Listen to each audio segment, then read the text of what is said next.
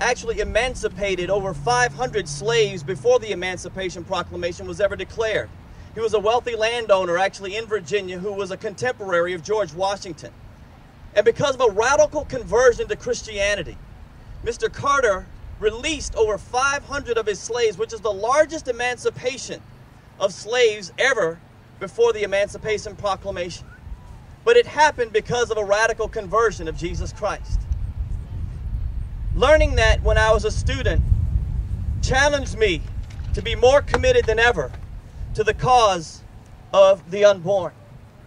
And at that point, when I was a student at UVA, I recognized that there was no greater civil rights cause than the cause of the unborn.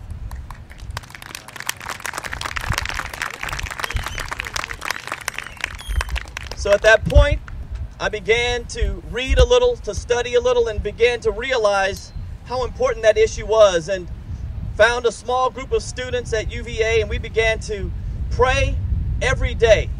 And part of the prayers were praying for the unborn, but also the prayers was that God would raise up in the African American community a voice that would stand strong for the truth and for justice for the unborn. We showed movies on campus. We planted hundreds of crosses on the beautiful lawn with permission from the university officials. And I remember as we had planted those crosses, a young prospective student, African American, came to UVA looking, and she saw all of those crosses and asked what all those crosses were for. We expressed to her and to her parents that those crosses there actually represented the number of abortions that took place on college campuses in a given semester. At that, her parents declared, "We know that this is the school our daughter should attend." She was a Christian student who was looking for a Christian witness there at UVA to determine if that was the place that she should go.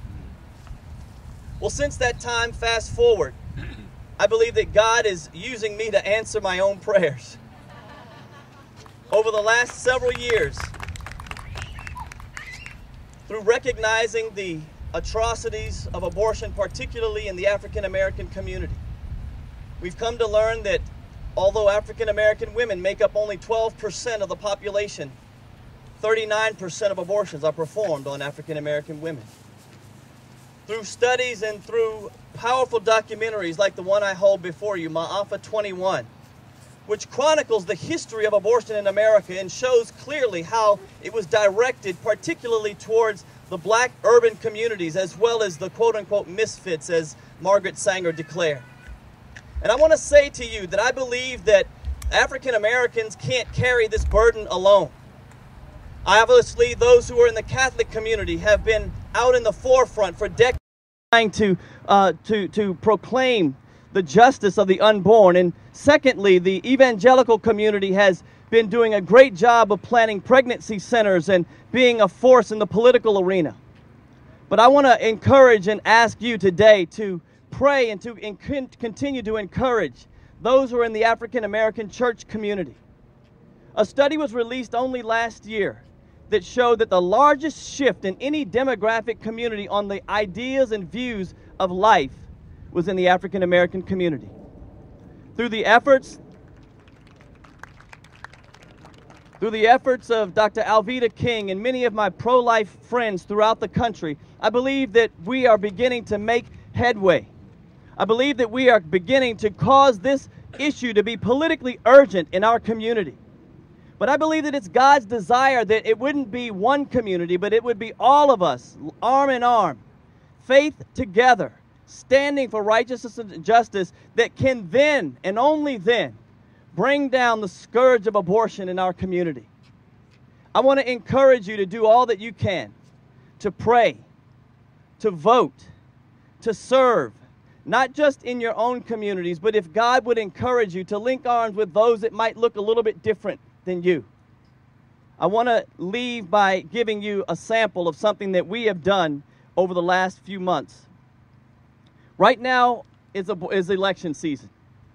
And in Georgia District 2, we have a wonderful friend of mine who is a Protestant minister who is running against a liberal Congressional Black Caucus member.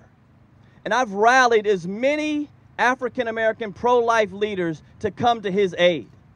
And in fact, before coming over here, with Al's permission, I want to share this. We just finished one of our newest commercials that is going to support this particular candidate against a pro-choice liberal Democrat, because I don't believe that I'm called to just serve African Americans. I believe I'm called to serve the body of Christ. And as we leave, I want to let you hear this commercial, this radio piece that we've done that we're going to put on in this district, because it is our desire to get behind strong pro-life candidates to make a difference for our generation and for the unborn. I'll let you hear it. It's 60 seconds. Here we go.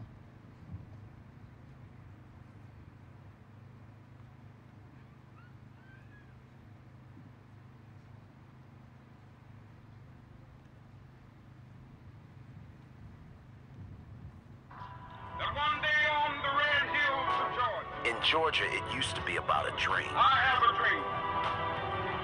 My 4 little children. It used to be about the children. One day live in a nation where they will not be judged by the color of their skin, but by the content of their character. It used to be about character. Taking scholarship money from needy students and blaming your wife does not show character.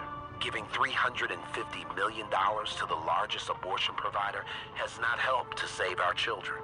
With record numbers of foreclosure and 19% unemployment, our dream has become a nightmare. This election, tell Sanford Bishop no. We will not support corruption. This ad is paid for by the Frederick Douglass Foundation Political Action Committee, which is responsible for its content. This ad is not authorized by any candidate or candidates committee. Thank you for your support. Thanks, Dean.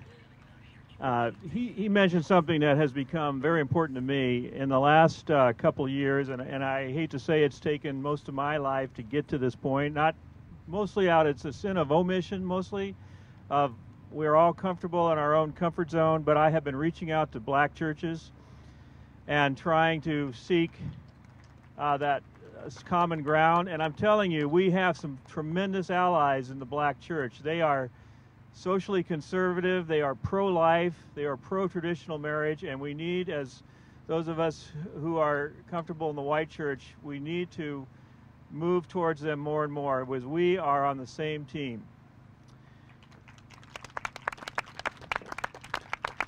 Our next speaker we are very, very honored to have, and she will introduce additional from her, but I want to bring to you now the president of the Concerned Women for America, one of the single largest women's group today in the United States, and someone we're very proud to have speak to us, Wendy Wright. Thank you all so much. Thank you for coming out today. The first thing that I did when I moved here to Falls Church was to find the local abortion clinic, because I know that women, when they go inside that clinic, they're feeling alone. In fact, they're made to feel alone. That whole mantra of pro-choice is intended to separate themselves from others. It's your choice and you are alone. But as pro-lifers are outside the abortion clinic, they not only can offer them the information they need about how destructive abortion is to their unborn child and to themselves, but they can also let the women know you're not alone. We can help you. Well, one day it was as I was at that abortion clinic on Broad Street, there was a young man that took a young woman inside that abortion clinic, and he came out. And I went over, I talked to him, and I said, please, let me give you information to take into her. I can't go inside that clinic, but you can. So he went inside, and he gave her the literature, the information that I had not been able to give to her. And he came back out, and he said, she won't come. She won't leave. And I said, look, you have 10 more minutes.